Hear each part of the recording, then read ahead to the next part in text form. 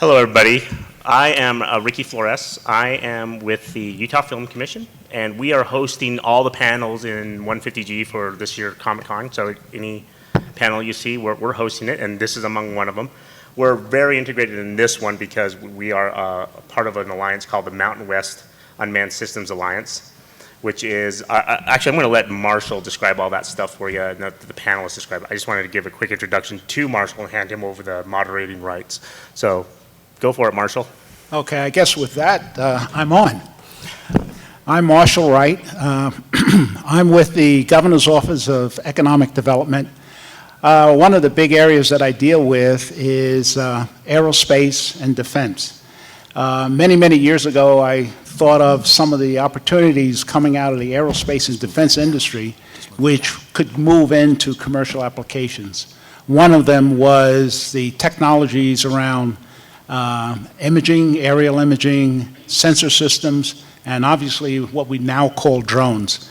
It took me a long time to get around the word drone because I didn't really like it. I always called it unmanned aerial systems. Even got the governor to say unmanned aerial systems, but now he backs off.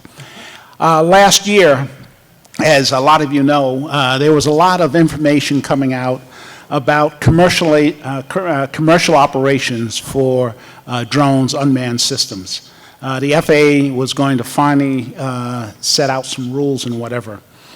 As it turns out, and one of the reasons why the Film Commission and myself got involved is that this is a very key area for the state.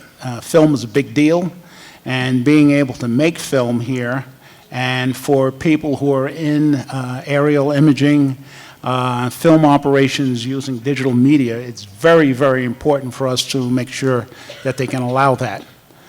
Within those regulations that the FAA was about to come out with was something called an exemption process, which meant that you would be able to do commercial operations with unmanned systems. Before, the FAA used to have a kind of a blind eye, closed eye to operations around unmanned systems because it wasn't that big a deal. But after a while, surely after the GoPro and all the roto wing operations that we've seen, hexacopters and quadcopters, another small company called DJI, everybody started getting involved in it, and there was a lot of action. So they moved. The operators, who are very key operators around unmanned systems, came to us and said, what can you do? And Ricky and I scratched our heads and said, well, since it's an industry organization that wants to do something on their own, we will support it. And so that is how the Mountain West Unmanned Systems Alliance was born. It is a group of very responsible folks who are involved in unmanned systems, digital technologies associated with filmmaking, and everything else around operating unmanned systems to support those activities. So with that, that's enough about how we got started. I think what we really want to do is hear a little bit from these folks here who have been operating, and we're going to have a little bit of a plan as to how we go about that. I'm going to ask a couple of questions of them, and I think the first question I'm going to ask them is to, one, introduce themselves, and to talk a little bit about how they got started in the industry. I do not want this at all to get into a political thing about when they started and whether or not they were doing something legally or illegally. That is not the issue here at all. The issue here is to understand how this is a very key and an important industry activity within the state that supports many other industries: film, real estate, surveying, aerial imaging, for many activities. So with that, to my left is? My name is Mark Cawley.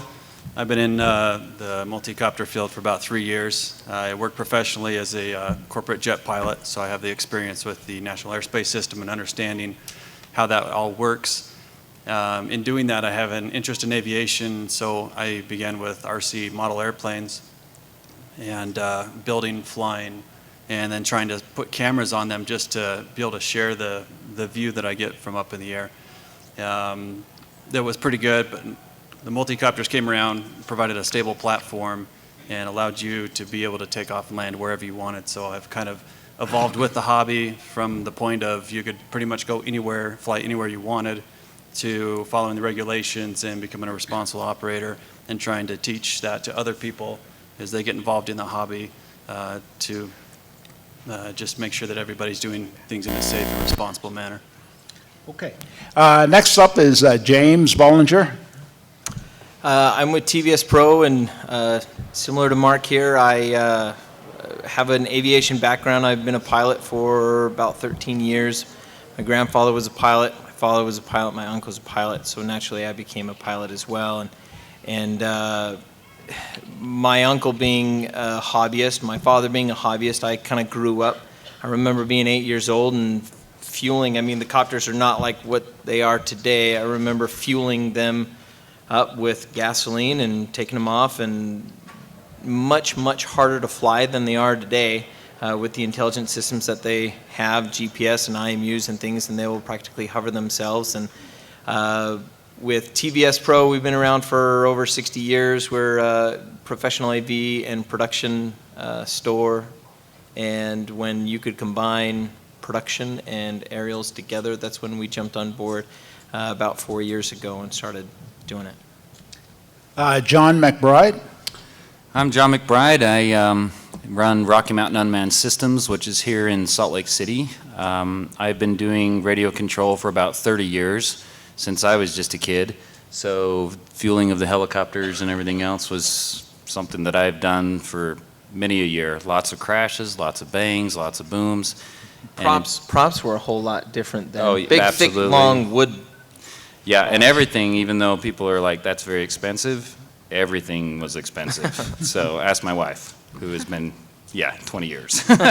So at Rocky Mountain Unmanned Systems, we are a retail store. We carry about 15 different brands of the multi-rotor stuff. We also carry, as a distributor, a lot of other hobby interests, RC cars and boats and stuff. But what they didn't have here in Utah was a specific store that concentrated on fixing, repairing, teaching, showing, and doing multi-rotor stuff. And that's kind of what we do there at Rocky Mountain. So my interest has just gone from initially filming my friends at the RC field up until being requested to do certain things with them. And I've been doing multi-rotor for about 5 or 6 years now. And it's been a really great experience to show people what a lot of this stuff can do. So, Very good.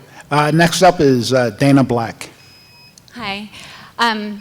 So I'm originally from Los Angeles, and I studied film and multimedia over at UCLA and was in the film industry. That's where I started off and interested in multi-rotors. One of the commercials that most people here may be familiar with is the Big O tire commercial that has the mass majority of that commercial is aerial shots, and that's what really got me into wanting to do things more with drones and with aerial footage. So my background, obviously being from film, I look at the unit. Sorry, the buzzing's like, I'm like, what's going on? Could you just turn off that radio, the white one that's beeping? Oh, Usually it's that okay. means something's wrong. So like in my head, I'm like, the battery's dying. There you go. Perfect. Sorry. No, you're totally fine. So coming from a film background, I look at these units as a way to be able to explore different ways of not having to use jibs, not having to use some of these big rigs that we typically use on film shoots.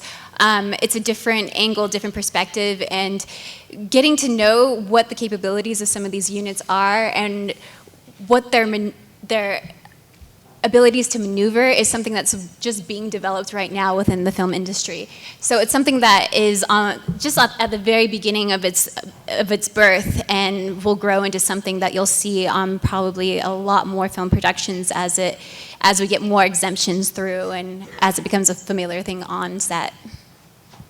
Very good. I think the audience can see, I think we have 2, 3, 4, 5 different systems out here. And you can see the progression of technologies in the systems. A lot of these things are not the ones you find in your Amazon.com catalog. So you can imagine the technology and the costs that are in these. I'm going to ask them to explain a little bit about, without getting too far into one, technology and cost about some of these systems and how they use them. Let's start with Dana. With who? Dana, sorry. we were talking about the... Oh, no, I okay. just didn't know who you said, whose name you said. Sorry about that. So this unit down here is an S900, and they're units that typically can carry a lot more weight to them. Some of the rigs that I've used are similar to this, if not even a little bit bigger, that are not specifically one brand. They've been made as a custom ship. And those will hold cameras that are usually more of the 4K camera, a little bit more of a girthy body to it. So the red camera is looking at some of the minis for different areas and different rigs and cameras that usually need a lot more battery power up in the air. I've also shot with some of the other units that are down here, some of the Phantoms and things like that as well. And those typically are a lot better when you're looking at an indie film or a commercial with a lower budget to it, because you're usually using a GoPro or something that is proprietary to DJI. Okay, I'm going to ask John to explain a little bit about some of the special purpose systems that he's put together for our public safety folks, which would be used in things like firefighting and also search and rescue. So we had just recently picked up some distribution with FLIR, which is a thermal imaging camera. And on this unit, if you want to pass that to me, we actually have a thermal camera on here. My son will kind of pass this around, but on this image on the left, you can actually see a full thermal image, good for search and rescue, good for inspections of loss of heat coming out of homes or roof inspections, all kinds of, there's so many applications for this particular camera that this has been really exciting. Something like this probably 2 years ago, $15,000 to $20,000 for a camera this size that would do true thermal imaging instead of just infrared. So when it pulls up into this being around $1,500 to $3,000, that really gets a lot of the departments super excited. So this is one of the things that we're developing on right now, getting this new camera mounted on these systems, ready to go, and in the hands of first responders, especially our search and rescue guys. It is a really, really awesome tool. We only have, I believe, one helicopter in the state of Utah that is available to the search and rescue people. And if that's not available here in the northern half, cops and first responders, like I said, search and rescue guys can take equipment like this and get it right up there much faster than trying to call in a real heli. Down on the bottom here, we've got others that we use for search and rescue stuff as well, but you know, the Inspire and whatnot. So. Okay, with that, I'm going to ask James to talk a little bit about what would be some of the strangest requests you've had to fly, and also some of the hardest tasks that you've had in trying to fly. It seems like every day there is something in the news regarding drones, good and bad. It's all in the hands of who has it. About probably a year and a half ago, a guy entered our store and he asked if he could put a gun on one of these, and I said, "Get out! I don't even want to talk to you." And you know, good people will do good things with proper tools, and bad people will do bad things with tools. And we focus on the production side of things, the cinematography. So that was probably one of the strangest requests that we've ever had. We don't do that. There's other ways where you can track. I've heard of people who track game, wildlife, and things like that. and you can better believe that there's some red tape involved and whatever else. But we focus on the production side of things, filmmaking. We have a lot of industry filmings, and a lot of these systems that you're seeing will pretty well do all the same thing. It's just about payload. It's what type of application are you using it for, sensor size and the cameras and things like that. And obviously you're going to need one of these larger systems like an S900 or S1000 Plus to do those. What task was the hardest one for you to do that you agreed to do, as it took all of the skill and I guess capability you've ever had as far as flying these to do? Maybe you guys have heard the name T.C. Christensen. He's a pretty well-known local filmmaker here. There's a camera in Sony's cinema line or Cine Alta line called the F-55. Many films has been made with that. We own some of those and we rent those, and T.C. Christensen came to us and said, I'm filming a movie and I need to get this camera up into the air. So we got together with some of the other people that he was with, and I think SkyJib was the, which system you're over here, was a similar model to this guy, able to carry F-55, and we had to kind of put our heads together and make it work. How much is that camera? About $25,000. Yeah. So a little bit more, but it's come down a little bit. With the respect to the cost of systems going down and the explosion of interest in this, what do you see as one of the biggest issues that commercial operations have with being able to, I guess, protect the business, if you will, and to make sure that the unauthorized flyers don't do something dumb? I can answer that. It's all about education. Yeah. So when you used to walk right into a hobby shop, which I ran for several years, that's usually the start of somebody's interest into a radio control flight.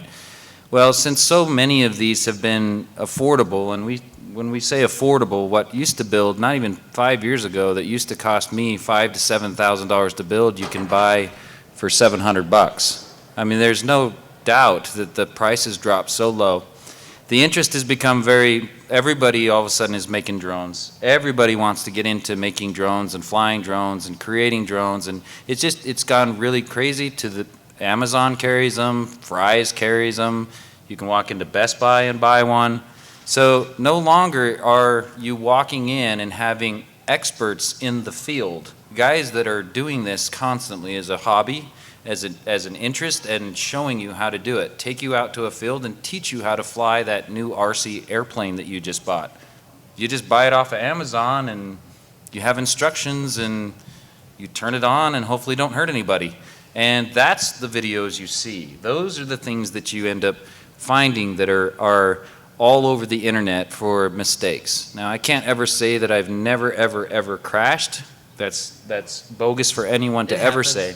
It's bogus for any real pilot to ever say that they'll never crash their real airplane, ever, right? But at any rate, when we educate people on how to fly safely, how to operate safely, and then to be proficient at it, that's what it's all about, is being proficient, checking your equipment, just like any real pilot does before you get on a 737 and travel to Chicago. Those guys have gone through everything to make sure you're going to be safe by the time you get there. You don't see it happen, but that mentality has to stay the same.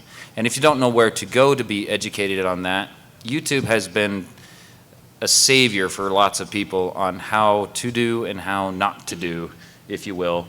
And there's plenty of resources there on YouTube, but locally we have plenty of places that you can go and ask these questions that are very relevant and very important to understand what you just bought and how to operate it safe. Yeah. I want to add to that, if I may, Marshall. There's exactly what he's saying. It's checklists. That's what pilots do. They live by them, they eat with them, they sleep with them. It's all about checklists. And I tell you, one of the most valuable lessons I ever learned after textbooks and many ground schools and whatever else, I didn't learn it from any of that. It was actually some advice that came from my father. During the time when I was flying, you do solo missions. I'm sure John's familiar with those. And when you're going through that initial private pilot training and you have to fly solo missions, and those scared me a little bit. And I said that to my father. I said, I don't know if I can for sure do this. It was scary being up there all alone at 10,000 feet flying an airplane. And he said, fear is good, because a certain amount of fear will keep your senses and your nerves sharp, and more importantly, you will respect the aircraft. Because of the prices, as John was saying, that have come down so low, a lot of people will think of these as toys, and they're really not. They're capable of flying further than you think, legally than they're allowed to go. Respect them and follow those checklists so that nothing bad happens. We might mention that there is a website called Know Before You Fly, which is a cooperative website that the Mountain West Unmanned Systems Alliance is involved in also, which describes where you can fly and some of those rules as far as the airspace in which you can fly. As I said earlier in the beginning, the FAA is coming out with rules and regulations as far as flight is concerned, and one of the things that we hope to do is to educate ourselves and other operators about what they should and shouldn't do when it comes to what airspace to fly in. With that, I'm going to ask Mark here another question. What technologies are we really looking forward which will drive our business areas, make it easier for us to fly, easier for us to have to check flights, easier for us to stay within the rules and regs that we have? What are we looking at in the future? The technology is moving so quickly that, we even look at what was out 2 years ago, and it's really basic to every 6 months you can basically say the technology is moving forward, which means the price of what you had on your equipment 6 months ago is now half or a quarter of what it used to be. But even from the beginning, it was just a solid mount for a GoPro on a Phantom 1, to now you have a 3-axis gimbal that gives you incredibly smooth video footage. You have the options to fly autonomous missions with waypoints, and you have the options to have it, you can go walk through a field and it will follow you. They've got systems coming out that are guidance systems that if you're flying near objects will actually create a boundary layer. So if you get too near to the object, it won't run into the object. It'll actually kind of bounce off an invisible wall. They're building systems into these now with the GPS equipment that allow them to set safety areas around airports and special restricted areas that the ships aren't allowed to enter those specific areas that would possibly cause a conflict with people or aircraft. And so the technologies that's moving forward, some of the stuff we probably 2 years ago we wouldn't have even thought of. It's just, two years ago. Really what's happening is a lot of, and what's driving a lot of this is the users, is the equipment comes out, the users are operating the equipment and they're saying, boy, it'd be great if it could do this. And a lot of that feedback is going back to these manufacturers where they have, hundreds and thousands of employees that are just working and designing and just refining the technology inside the flight controllers and kind of really pushing the boundaries.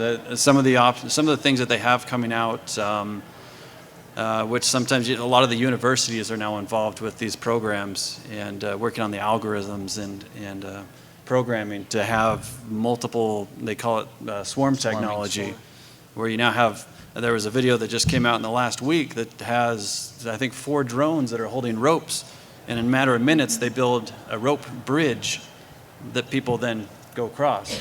And so it's really almost endless, the possibilities that can proceed forward with this technology. We use the technology, the company that I work with, Silverhawk Aerial Imaging, we specialize in 3D mapping, where in working in surveying and with engineers, that we can go out and we surveyed a 110-acre lot of a mining pit, and it took us an hour and a half to survey it. You talk to some of these engineering crews and you say, how long would that take you to do the exact same job? And they said it would take a crew probably 40 hours in a full week to do it. Where now we can go up and with accuracy within inches, we can survey that whole area. And it's just amazing. Things that 5 years ago you would not have even thought possible. With that being said, there's different communities now which will find a threat, if you will, because of the inexpensive, if you will, operations of these systems, the savings. Do you find a threat from some of those communities already trying to stop the growth of the community? I have to do that again? Is that me again? Yeah. It's an open question. Gotcha. Well, there's, in my neighborhood, which is quite strange, we have, I've been flying RC stuff in my neighborhood and pretty much any neighborhood I've ever lived in. Again, when it comes down to don't fly that over my house, don't be near my stuff, don't do this, don't do that, these are just under the misconception that these are just used for spying, if you will, for looking, and then all of a sudden we have all of these major restrictions going on. No more in national parks, no more around populated areas, no more whatever. When was that when we made the commercial for? It was Yeah, about a Big O year- Tires. So we did a commercial for Big O Tires. over a year ago. Yeah, Almost 2 Dana and years. I, and we had, we set up in front of the, right here in front of the state capitol. And the governor's, yeah. And we had cops that were like stopping traffic for us. We put the ship out there, which was a Sky Jib Titanium up here, and people taking pictures of that thing and like, holy crap, how neat is that? Cops stepping, please don't get near these guys. They're Helping us. special Yeah. operations, To now, you put that no thing. red tape. Zero. Yeah, Nothing. None. they didn't Nothing. care. They were, Nope. instead of saying, you can't do that, they were Please saying, do it. that's the Yeah. coolest thing I've ever seen. That's cool, Yeah. and these guys are important. They know what's going on. Exactly. So, Different from today. Oh, Yes. night and day. If you were to set that up today, those two big batteries that sit on top look like great big bombs to some people. Yeah. And some people understand that they are just batteries. They're not the actual. There's no payload on there. We're still filming. We're still doing. And those restrictions have just dampened, if you will, because of the misunderstanding what ends up being in the news. A lot of the stuff dragged through the media. So I'll ask Dana, what do you think we can do to educate this whole business better than it has been? I think getting involved in organizations like the one that we're in, the Mountain West Unmanned System Alliance, it's really a long name, sorry. Getting involved in organizations like this, going on to some of these videos, looking at some of the YouTube things, looking at the articles that are being written out there, but also talking to pilots. Talk to us about what we do when you do see us. Maybe not when we're right in the moment of flying because we're trying to pay attention to what we're doing, but talk to us about what we're doing, because I think there's a misconception that we have a little camera on here and we're going to go peep in your house. Well, if I've got that big rig and I've got a red strapped to it, and that's a $40,000 camera, just the body, and then you start adding on all the rest of it, the actual ship, the actual accessories, the remotes, everything, I don't want that being taken out of the sky by someone kicking up their football or their soccer ball to try to get it out of the sky. I'm not trying to look at you in your house doing your things that you do day to day. I have an agenda. I'm out there for a reason. And it's just, if you don't talk to me about what I'm doing, then you're probably going to have a misconception about why the ship's up in the air. And So- some people do come in very aggressive when it comes down to this. They come into it going, I'm uncomfortable with that thing up there. I don't feel that you should be in this area. And sometimes even, like I said, cops in early days, no problem. They'd stop and watch you, and they would be the first one to ask questions. Now, because somebody in the neighborhood saw you flying around or doing something that could have been questionable, then they show up at your house to question you instead of asking, like, that's pretty neat. What can we do to help you? Well, I'm glad you used the word questions. I think it's about time now the audience can ask us some questions. Can I add just one more thing as well? So we actually are going to be, as an organization, we're holding one of our first meetings next week. If there's anyone that's interested in attending, we're going to have a representative from the FAA as well as ITAR at that meeting. It's going to be down at UVU. Please come and talk to me. I have some flyers for anyone that's interested in attending that meeting. It's kind of an open meeting, but the things that will be discussed at this meeting might not apply to the general public, so I can kind of go over some of that with you if you would like to attend or be a part of our organization as well. Okay, very good. So we'll entertain some questions. Anyone out there have a question for the panel? Come on, Superman, you know you want to. There's got to be one. Superman, yeah. He's afraid the drone will be up there with him. Yeah. Yeah, now Zod's been taken care of. I'm available for business. You guys need someone to fire? That's right. That's right. I don't know, off the top of my head, have you guys seen this video of these guys that are shooting mosquitoes out of the sky with little lasers? They can pin those things. I missed that one. I haven't seen that one either. I missed that one. It's a cool TED Talk, but I'm wondering if the day's not coming where we're going to have little things like that that can just shoot these out of the sky. You see them coming out over baseball fields and crashing now.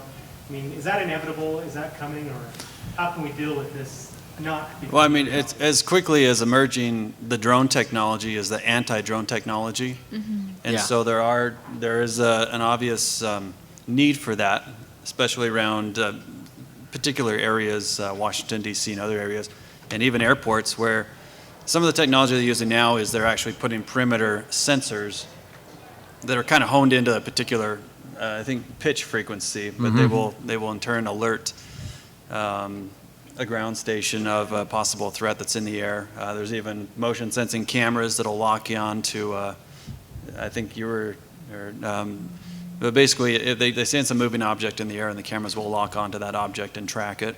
And someone on the ground that's a security personnel is able to monitor that and know when there's a possible threat. But once again, that's all technology that's trying to emerge at the same pace as the rest of this. He's right on, and correct me if I'm wrong, I think there's a statistic in California, at any given hour in the entire state, not just one city, but in the entire state, there can be as many as 20,000 of these things flying in the air, because there are no restrictions to who buys them. It's not like buying a firearm or anything like that. There's no waiting period. There's no background checks or anything. Anybody can buy these, which is both good and bad.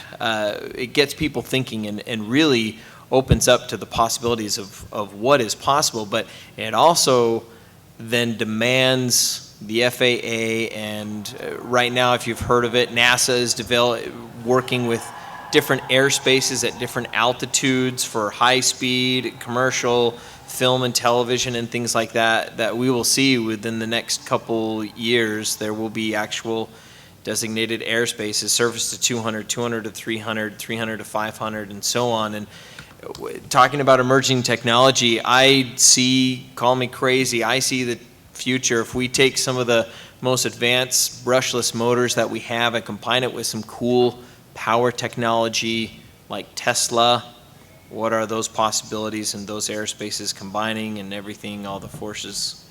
It's appropriate at Comic-Con to say all the forces combined, right? So hopefully create good things for the future. Yeah, I think one of the technologies that we're all looking forward to is new battery technologies. That's key to this. And there's definitely a spillover from the technologies that this industry needs and other industries will provide back and forth.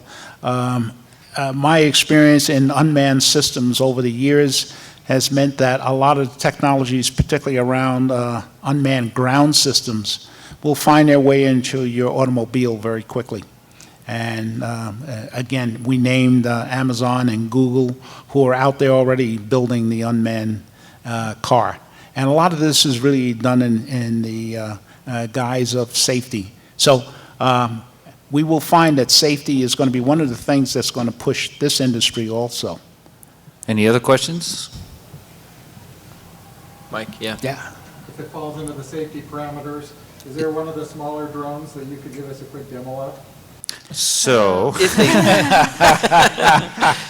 we were just talking about that before we came in. actually, so I was asked super duper requested to come out and do some filming in this building, which is the Salt Palace. They had a fit. So this bird, well, the Inspire, which has been engineered to fly inside with systems built to help a pilot, if you will, and that's why it was made, to fly indoors. Not specifically, but has those systems built in there. So as far as flying them goes, I would love to. They just were just so strange about that. And of course, there's just some epic stuff you can do. So just recently, I was down in the Union Station doing a shoot for a movie inside of the Union Station in Ogden, which is only 2 floors high, not 3 or 4 floors high. And it was a very tight space, but the ship just was just really flew great. So Bottom line, they won't let us here. Too much liability. They said- but I'm sure any of one of us have got business cards and yeah, absolutely. happy to show you. And that goes back to the education aspect of it. Like, if the people that own the building don't understand the capabilities of the ship and they think that we're going to be crashing into the walls or in ceilings or the floor, or if they have some of those new smoke detectors with the laser beams in the sky that make it so that if they get set off by the drone, it's like thousands of dollars to turn off the alarm again. If they don't understand that we can manage these ships and know what we're doing with these ships indoors, then they're not going to ever let us fly indoors. You don't know what you so. don't know. Yeah. What if we were all to pull our money together and give you $50? Just buy one, just $50. Towards a bail bond? That won't do it. However, stay tuned, because sooner or later, we will get to a point where we'll be able to convince everyone that we can fly indoors and outdoors. I think you had a question back here. No? Yeah. There's a mic, and make sure the mic's on. I'm not sure if it's on or talk We real can hear close you. to it. We can hear you, yeah. Yeah. Is the mic on? I don't know if think it is or not. Just talk real loud. Yeah, you're okay. So, We can hear you. kind of embarrassed because I came in thinking this was going to be something different when I saw real robots, so. Do you think it was Star Wars? No, I thought it was something like a. Nice. So I'm just wondering, what kind of, you were talking about battery life and how it's Yes. kind of extending. What's the current, like, battery life on some of these? 20, 23.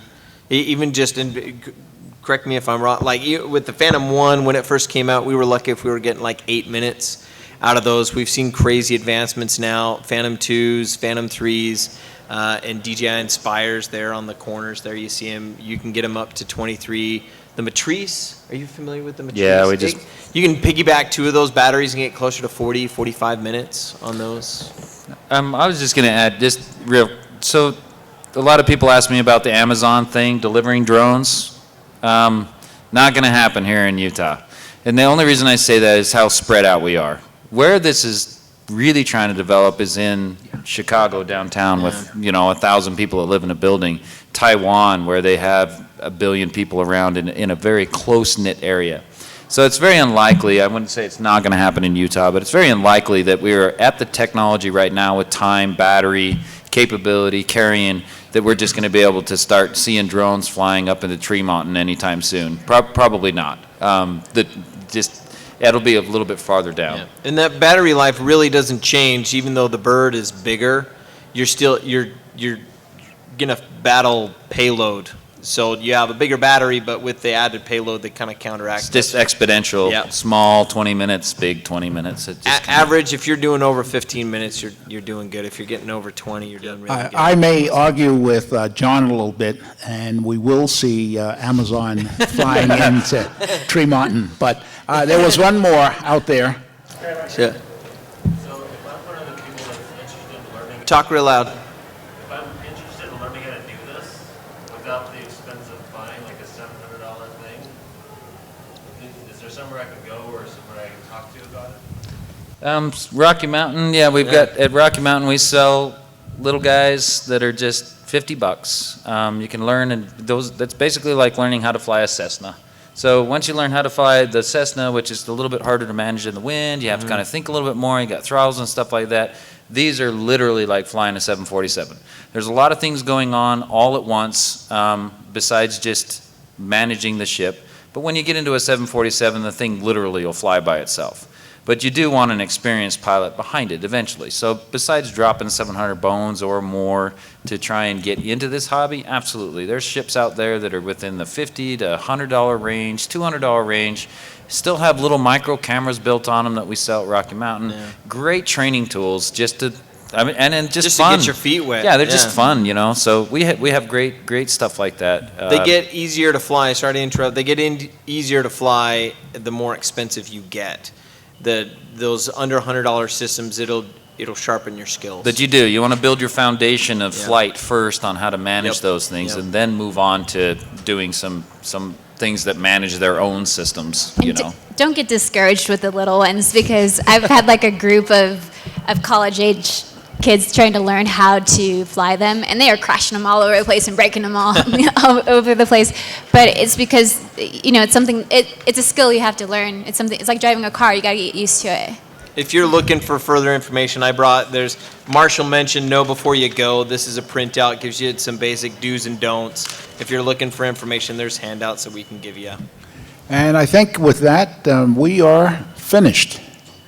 Thank you very much for coming. Thank you very much.